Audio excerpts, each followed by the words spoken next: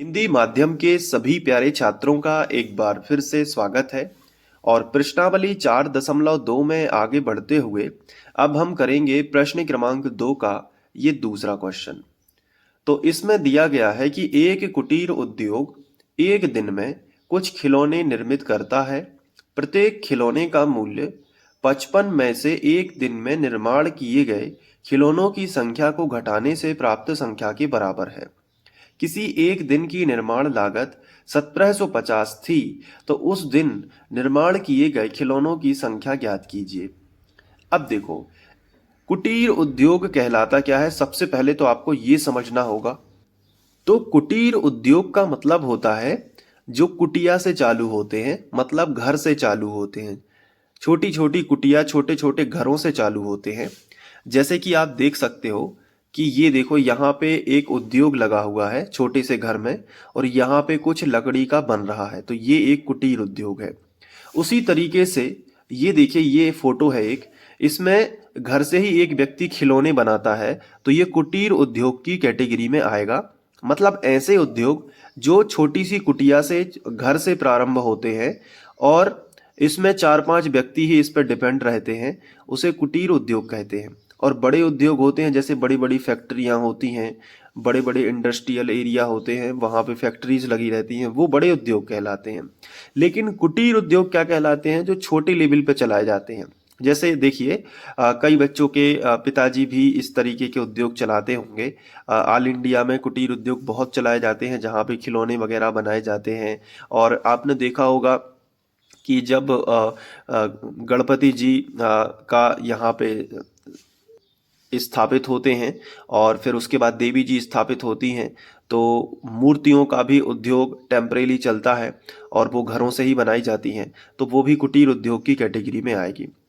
तो देख सकते हैं आप कि हमारे माता पिता हमारे लिए कितनी मेहनत करते हैं, तब जाके हमें पढ़ा पाते हैं। और हमें जो है उनकी कदर करनी चाहिए, उनके पैसों की कदर करनी चाहिए, और पढ़ाई को बहुत ही सीरियस तरीके से पढ़ना चाहिए, ताकि आगे चल के हमारे काम में पढ़ाई आए और हम उनके लिए भी कुछ कर सकें। तो अब कुटीर उद्योग के बारे में आप समझ गए होंगे। ऐसे उद्योग जो घरों से चलाए जाते हैं और इन पे 5 से 6 व्यक्ति ही डिपेंड रह सकते हैं, ज़्यादा व्यक्ति डिपेंड नहीं रहते। और कुटीर उद्योग बेरोजगारी दूर करने का एक सरल उपाय है। अब देखो, एक कुटीर उद्योग में एक दिन में कुछ खिलौने निर्मित करता है, कुछ खिलौने बनाता है। कौन? कुटीर उद्योग एक दिन में कुछ खिलौने निर्मित करता है, लेकिन ये पता नहीं है कि कितने खिलौने निर्मित करता है। तो यहीं से हम स्टार्ट करेंगे और हम मान लेंगे कि कुटीर उद्योग एक दिन में एक्स खिलौने निर्मित करता है। तो हम यहाँ से स्टार्ट करेंगे, तो ये सवाल टुकड़ों में समझना है धीरे धीरे, जितना जितना समझ में आता जाए उतना ही अपन को यहाँ पे लिखना है।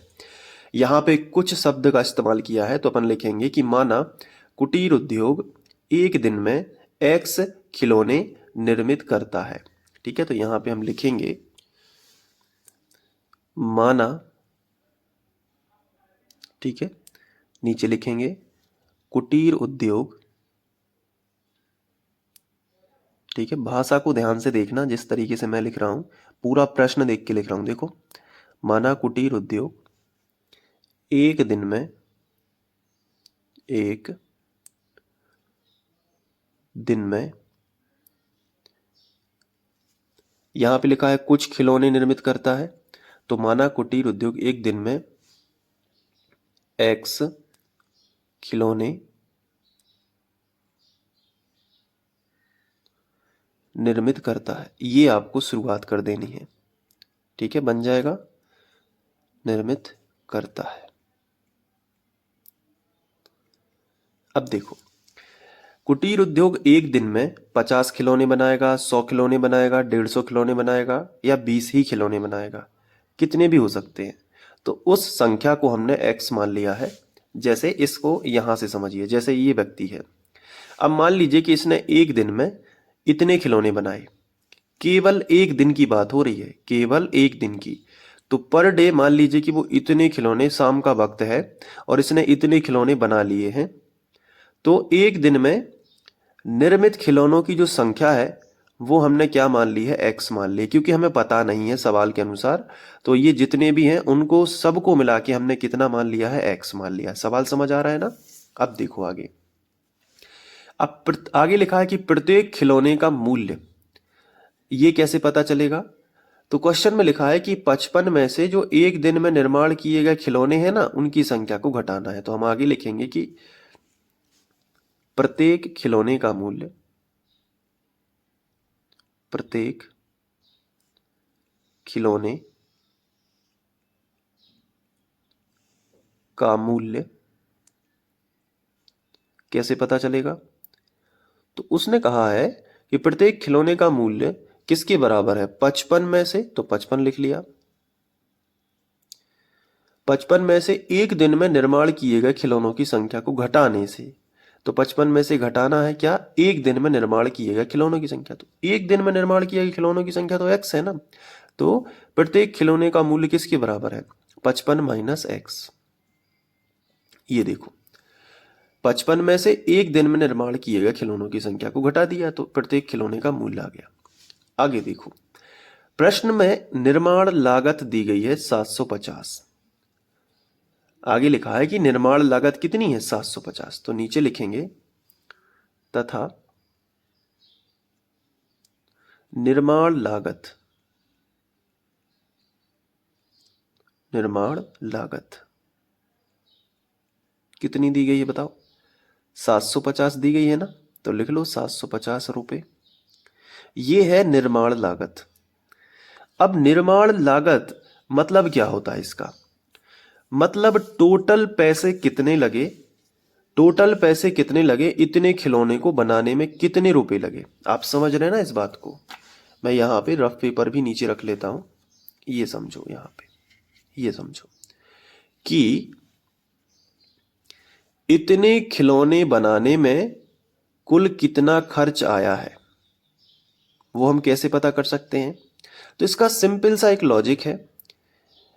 अगर हमें एक खिलौने का मूल्य पता चल जाए, जैसे मान लो एक खिलौना बस अगर हम टारगेट करें, तो एक खिलौने का मूल्य मान लो कि 5 रुपए है, तो हमें एक खिलौने का मूल्य पता चल जाए। खर्च कैसे निकाल सकते हैं हम?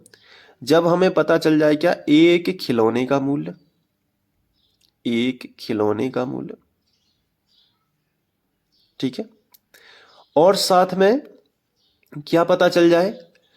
एक खिलौने का मूल्य। अब मान लो कि इस व्यक्ति ने दिन भर में 20 खिलौने बनाए। कितने खिलौने? 20। और एक खिलौना 5 रुपए का उसे लागत आ रही है, एक खिलौना 5 रुपए का उसे पड़ रहा है, और 20 खिलौने उसने बनाए, तो 20 पंचे 100, तो टोटल लागत कितने की आ गई? 100 रुपए की। समझो इस बात को। वो मिट्टी लाया और उसके जो मेहनत लग रही है, तो उसको मिला के, और कलर वगैरह लग रहा है, देखो कलर कर रहा है ना, तो उसको मिला के उससे पूछा कि एक खिलौने भाई साहब आपको कितने रुपए में पड़ रहा है, मतलब आपको कितने रुपए में पड़ रहा है ये एक खिलौना? तो उसने कहा कि एक खिलौने में मेरी लागत 5 रुपए है। तो अपन ने पूछा कि दिन भर में कितने बना लेते हो, तो उसने कहा कि मैं दिन भर में 20 खिलौने बना लेता हूं। तो फिर अपन ने हिसाब लगाया कि दिन भर में 20 खिलौने बना रहा है, एक खिलौने जो है वो 5 रुपए की लागत आ रही है, तो दिन भर में उसकी लागत कितनी पड़ रही है उसे? 100 रुपए। अब मार्केट में जाके उसे 5 की जगह पे 10 पे बेच दे, वो उसका बेनिफिट है, प्रॉफिट हो जाएगा उसको। लेकिन निर्माण लागत दी गई है, तो निर्माण लागत कैसे पता कर सकते हैं? एक खिलौने का मूल्य गुणित एक दिन में निर्माण किए गए खिलौनों की संख्या। एक खिलौने का मूल्य गुणित एक दिन में निर्माण किए गए खिलौनों की संख्या। तो वही हम लिखेंगे यहाँ पे कि निर्माण लागत को तो हम ऐसे लिख सकते हैं कि एक खिलौने का या प्रत्येक खिलौने का, एक ही बात है। तो लिखेंगे निर्माण लागत निकल सकती है कैसे? प्रत्येक, प्रत्येक का मतलब एक ही होता है, ठीक है। तो प्रत्येक खिलौने का मूल्य गुणित, एक खिलौने का मूल्य हो गया गुणित एक दिन में निर्मित खिलौनों की संख्या। एक दिन में निर्मित खिलौनों की संख्या, नीचे लिख लिया मैंने, थोड़ी सी जगह कम है। एक दिन में निर्मित खिलौनों की संख्या। इन दोनों का जब गुणा करेंगे तो लागत आ जाएगी, लेकिन लागत हमें क्वेश्चन में पहले से दी गई है, कितना 750। मतलब लागत पता है कि इतना आ रहा है, लेकिन ये नहीं पता चल रहा कि ये प्रत्येक खिलौने का मूल्य कितना होगा, एक दिन में इतना तो ये तो अपन को पता चल जाएगा। देखो अपन को मैथ्स आती है, तो प्रत्येक खिलौने का मूल्य कितना है 55 माइनस एक्स, तो इसके नीचे लिख देंगे 55 माइनस एक्स। ठीक है। और एक दिन में कितने खिलौने निर्मित कर रहा है, तो हमने मान लिया था कि एक दिन में एक्स खिलौने निर्मित कर रहा है। और आप यहाँ पे देख भी सकते हो कि हमने यहाँ पे ये देखो एक्स बनाया था ना, कि एक दिन में मान लीजिए कि एक्स खिलौने निर्मित करता है। अगर आपको कॉन्सेप्ट क्लियर ना हो रहा तो एक बार और देख लीजिएगा शुरू से, तो पूरा समझ आ जाएगा। ठीक है। तो एक दिन में निर्मित खिलौनों की संख्या कितनी है एक्स, और बराबर कितना हो जाएगा 750। ये अपना इक्वेशन आ जाएगा। ठीक है। अब इसको सॉल्व करना है, तो देखो क्या होगा, एक्स का गुणा 55 में भी होगा, एक्स का गुणा एक्स में भी होगा। तो पहले 55 में कर लेते हैं, तो 55 एक्स हो जाएगा, और माइनस एक्स का एक्स में करोगे तो एक्स वर्ग हो जाएगा, और बराबर कितना हो जाएगा 750। अब इसका भी इसी तरह पक्षांतर कर लो, और जो माइनस का एक्स वर्ग है उसे पहले लिख लो, फिर जो आगे कोई भी चिन्ह नहीं है तो प्लस का ही 55 एक्स है, तो 55 एक्स लिख लिया। तो इसको तो अरेंजमेंट किया है इधर से उधर, तो बराबर की इस तरफ नहीं ले गए, तो चिन्ह नहीं बदले हैं इसलिए। ठीक है। लेकिन ये जो 750 है इसको अंदर लेके आ रहा है, तो ये माइनस का हो जाएगा 750, और बराबर कितना हो जाएगा 0। अब माइनस आगे अच्छा नहीं लग रहा, तो इसको पूरे समीकरण में माइनस से गुणा कर दो, तो चिन्ह बदल जाएंगे। तो लिखेंगे पूरे समीकरण में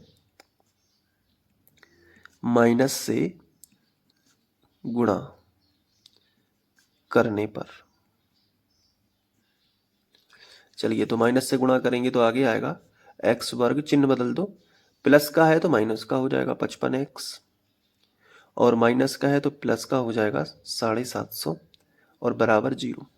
ये आ गया। अब इसको गुणनखंड विधि से सॉल्व करना है, तो इसके लिए मैंने आपको बिल्कुल सिंपल तरीका बताया है कि सबसे आखिरी वाली संख्या का गुणा एक्स वर्ग के गुणांक में कर लो, तो 750 एकम 750 ही होगा। तो अब 750 चाहिए हमें, ऐसी दो संख्याएं खोजनी है जिनका गुणा 750 होता। तो देखो ये थोड़ा सा लंबा पड़ जाएगा, इसलिए गुणनखंड विधि में गुणनखंड तोड़ दो 750 के। तो देखो पहले 0 है तो 2 से चला जाएगा, तो 2 तिया 6, बचा 1 हो गया 15, 2 सत्ते 14, बचा 1 हो गया 10, 2 पंचे 10।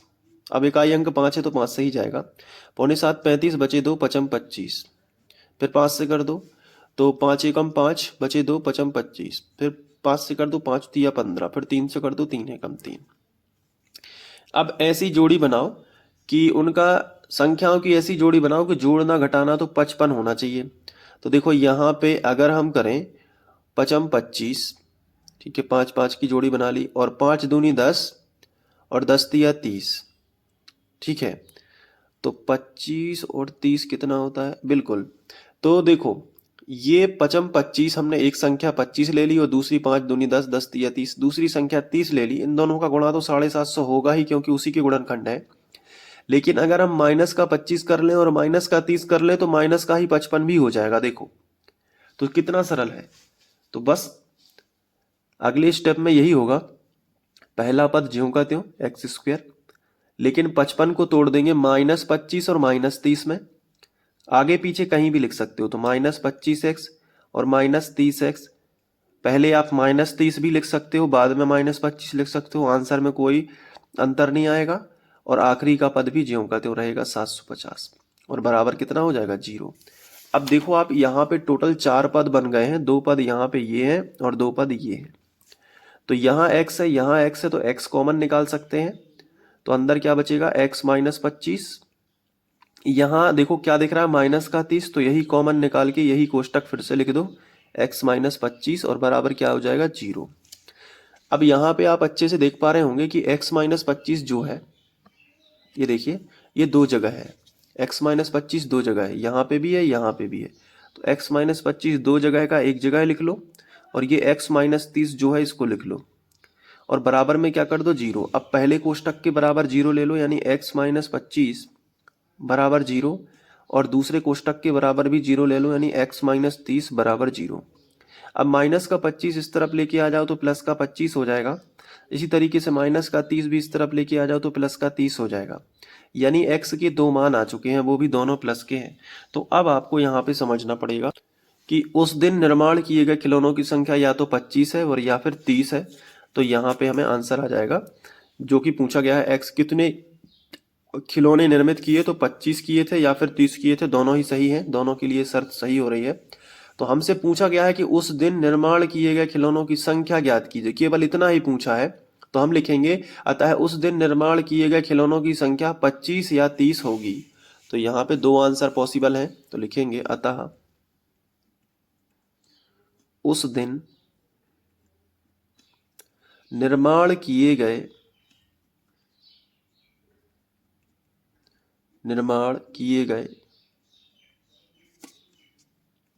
खिलौनों की संख्या